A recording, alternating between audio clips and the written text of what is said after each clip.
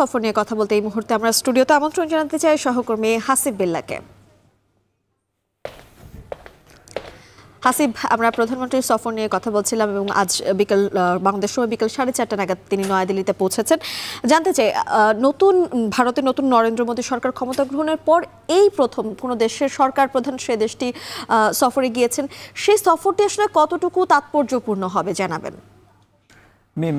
বাংলাদেশের সরকার প্রধানকে প্রথম আমন্ত্রণ জানিয়েছেন ভারতের নতুন সরকার প্রধান।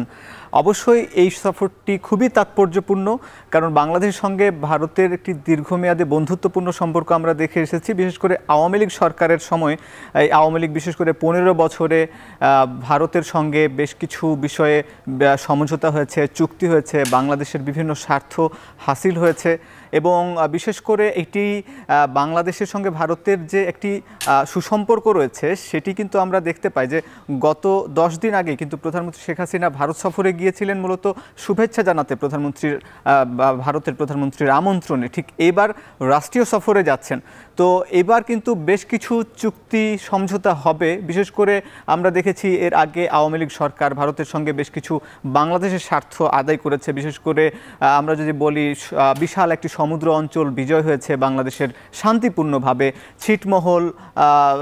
ছিটমহল সেগুলো বাংলাদেশ সুবিধা আদায় করেছে, 3 বিঘা করিডোর বিনিময় হয়েছে।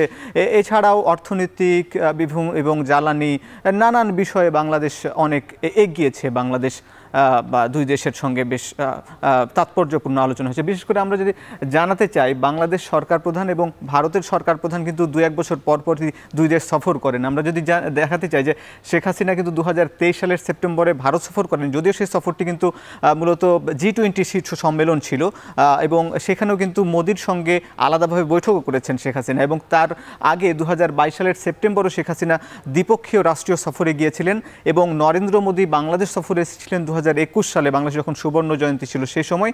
এবং শেখ হাসিনা ঠিক তার আগের বছর, তার 2 বছর আগে 2019 সালে শেখ হাসিনা কিন্তু ভারত সফর করেছেন। এবং নরেন্দ্র মোদীও কিন্তু সরকার গঠনের পর 2014-তে যখন সরকার গঠন করে তারপরে কিন্তু 2015 সালে তারা এসেছেন।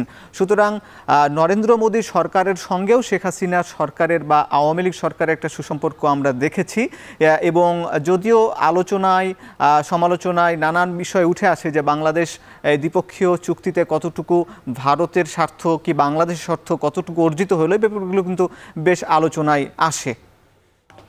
হাসিব, জানাবেন একটু যে এবারের যে সফর, সেই সফরে নিশ্চয়ই যেহেতু একেবারে প্রথমবারের মতো তিনি সফর করছেন নরেন্দ্র মোদী সরকার টানা 3য়বার ক্ষমতায় আসার পরে, কোন কোন বিষয়গুলো আসলে প্রাধান্য পেতে যাচ্ছে এবং এই সফর নিয়ে বিশ্লেষক যারা রয়েছেন তারা আসলে কি বলছেন?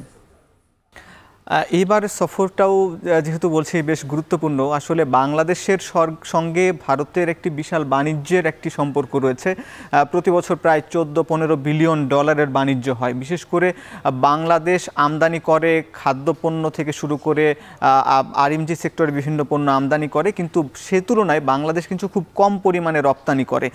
সেই জায়গায় বাংলাদেশ এবার আরও চাইবে যেন এই বাণিজ্যের যে একটি যে এই ঘাটতি এটি যেন পূরণ হয়। বিশেষ করে বাংলাদেশ যদিও রপ্তানি পণ্য কম, কিন্তু ভারতের কিন্তু 2টি বাণিজ্যিক অঞ্চল দেওয়া আছে ভারতকে। বাংলাদেশ যে 100টি বাণিজ্যিক অঞ্চল করে দেওয়া হচ্ছে, তার মধ্যে ভারতকে 2টি দেওয়া আছে, তার মধ্যে সেগুলো যেন ইনভেস্ট করে, বিনিয়োগ যেন বাড়ানো হয়, এই ব্যাপারগুলো থাকবে। বিশেষ করে পেঁয়াজ আমদানি সহ আরও বিভিন্ন বিষয় যখন প্রয়োজন পড়ে বাংলাদেশের, তখন কিন্তু অনেক সময় সেই পণ্যগুলো আমদানি করতে পারে না, তখন বাংলাদেশের বাজারে একটি কৃত্রিম সংকট হয়, দাম বেড়ে যায়। এই ব্যাপারগুলো যেন আরও সহজ হয়, এই ব্যাপারগুলো থাকবে। একই সঙ্গে যোগাযোগ বৃদ্ধি, বিশেষ করে রেল যোগাযোগ, সড়ক যোগাযোগ, এই বিষয়গুলো তো অবশ্যই গুরুত্ব পাবে। বিশেষ করে বাংলাদেশের চট্টগ্রাম পোর্ট এবং মংলা পোর্ট ব্যবহার করে যে ভারত যে সুবিধাটা নেয়, অর্থাৎ সমুদ্র থেকে যে পণ্য পরিবহন করে বাংলাদেশের স্থলসীমা ব্যবহার করে, পোর্ট ব্যবহার করে ভারত তার দেশে সেই পণ্য ব্যবহার করে বা পণ্য পরিবহন করে, এই সুবিধাটা কিন্তু বাংলাদেশ দিয়ে আসছে এবং রেল যোগাযোগ হচ্ছে। কিন্তু সে অনুযায়ী বাংলাদেশ কিন্তু সেই পরিমাণ সুবিধা কতটুকু পাচ্ছে এই ব্যাপারগুলো, মানে অর্থাৎ বাংলাদেশ সুবিধা দেয় কিন্তু সে অনুযায়ী বাংলাদেশ কতটা সুবিধা পাবে, এই বিষয়গুলো কিন্তু অবশ্যই আলোচনার বিষয় আছে। সীমান্ত হত্যা গুরুত্বপূর্ণ একটি দীর্ঘদিনের অমীমাংসিত ইস্যু। প্রতি দেশে বিশ্লেষকরা বলছিলেন যে পৃথিবীর প্রতিটি দেশে সীমান্ত আছে এবং সীমান্তে বিভিন্ন অপরাধ হয়, চোরাচালান হয়, কিন্তু গুলি করার মতন ঘটনা ঘটে না এবং সীমান্তে হত্যার মতন ঘটনা ঘটে না। কিন্তু বাংলাদেশে এবং ভারতের যে বিশাল একটি সীমান্ত রয়েছে, বলা যায় প্রায় 3 ভাগই ভারতের সীমান্ত, সেখানে বাংলাদেশের বা নাগরিককে ভারতের সীমান্তরক্ষী বাহিনী যখন গুলি করে হত্যা করে, তখন কিন্তু এটি খুবই বাংলাদেশের জন্য, বাংলাদেশের নাগরিকদের জন্য এটি চিন্তার বিষয়। এবং এর সঙ্গে বিশ্লেষকের মতামত রয়েছে, বিশ্লেষকদের কাছ থেকে আমরা শুনেছি এই বিষয়গুলো তারা বলেছেন, বিশেষ করে তিস্তা এবং বাণিজ্য বিষয়ে আমরা তাদের সঙ্গে তাদের বক্তব্য শুনতে চাই। বিশেষ করে এম হুমায়ুন কবির, তিনি কূটনীতিক, সাবেক কূটনীতিক, তার কথা আমরা শুনতে চাই বিষয়ে। ভারতের বাজারে আমাদের যদি সুযোগ সুবিধা যেটুকু থাকা বা যেটুকু আমাদের পাওয়া উচিত বা পাওয়ার সুযোগ আছে, সেটাকে যাতে আমরা সদ্ব্যবহার করতে পারি, তার জন্যে নীতিগত সহায়তা ভারতের দিক থেকে আমরা প্রত্যাশা করি। আমাদের এখানে রফতানিযোগ্য পণ্যেরও ঘাটতি আছে, এটাও আমরা মানছি, কিন্তু সেই জায়গায়ও ভারতীয় বিনিয়োগ কিন্তু আমার এখানে সেই পণ্য বহুমুখীকরণের কাজটাকে সহজ করতে পারে। নতুন বিষয় নিয়ে আমরা ঝাঁপিয়ে পড়ার চাইতে যে বিষয়গুলোতে আমাদের অঙ্গীকার ইতিমধ্যেই আছে, সেই বিষয়গুলো সম্পন্ন করাই আমার মনে হয় এখনকার প্রেক্ষাপটে জরুরি। এখন দেখার বিষয়টা হলো যে তিস্তা সংকট নিরসনে প্র্যাকটিক্যালি ভারত বাংলাদেশ একসাথে কি কাজ করতে পারে। কারণ ঘুরে ফিরে সেখানে আসবে ফান্ডিংয়ের ইস্যুটা আসবে, সেইখানে টেকনিক্যাল অ্যাসিস্ট্যান্সের বিষয়টা আসবে, সেইখানে নদী শাসনের বিষয়টা আসবে। তো সব কিছু মিলিয়ে আমার কাছে এই মুহূর্তে মনে হয় না যে ইমিডিয়েট কোনো সলিউশন আসবে, বাট নিশ্চিতভাবেই এই বিষয়ে আলোচনার একটা সুযোগ আমি দেখতে পাচ্ছি। মিম, আসলে ওনারা বলছেন যে তিস্তা বাংলাদেশের একটি দীর্ঘদিনের অমীমাংসিত ইস্যু, যেহেতু তিস্তার নদীর বা অববাহিকায় 2 কোটি মানুষের বসবাস, ভারত থেকে আমরা পানি পাই না, তাই বাংলাদেশ সমাধান হয়নি। তাই চীন আগ্রহ দেখিয়েছে যে তিস্তা এখানে দীর্ঘমেয়াদী পরিকল্পনা করার, কিন্তু সেটি ভারত আবার বলছে যে তারাও এখানে সহযোগিতা করতে চায়। অর্থাৎ ভারত চাচ্ছে না যে চীন এখানে চীন যেন কোনো বড় প্রকল্প করে বাংলাদেশে। তো এইটা নিয়ে কিন্তু একটি দীর্ঘ বিতর্ক রয়েছে।